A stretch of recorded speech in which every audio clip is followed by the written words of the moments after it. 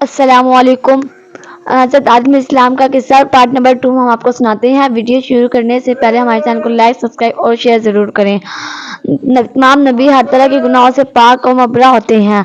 اگر کسی کا یہ خیال ہو کہ کسی بھی نبی سے کوئی گناہ سرزد ہو سکتا ہے تو وہ خود ہی گناہ گار ہوگا، کیونکہ نبی رسول منادب اللہ تعالیٰ کے ہوتے ہیں۔